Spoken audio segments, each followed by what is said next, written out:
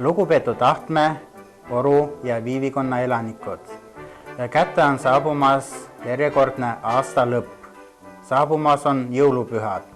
Seoses sellega soovin teile rahulikke jõule ja head uut aastat.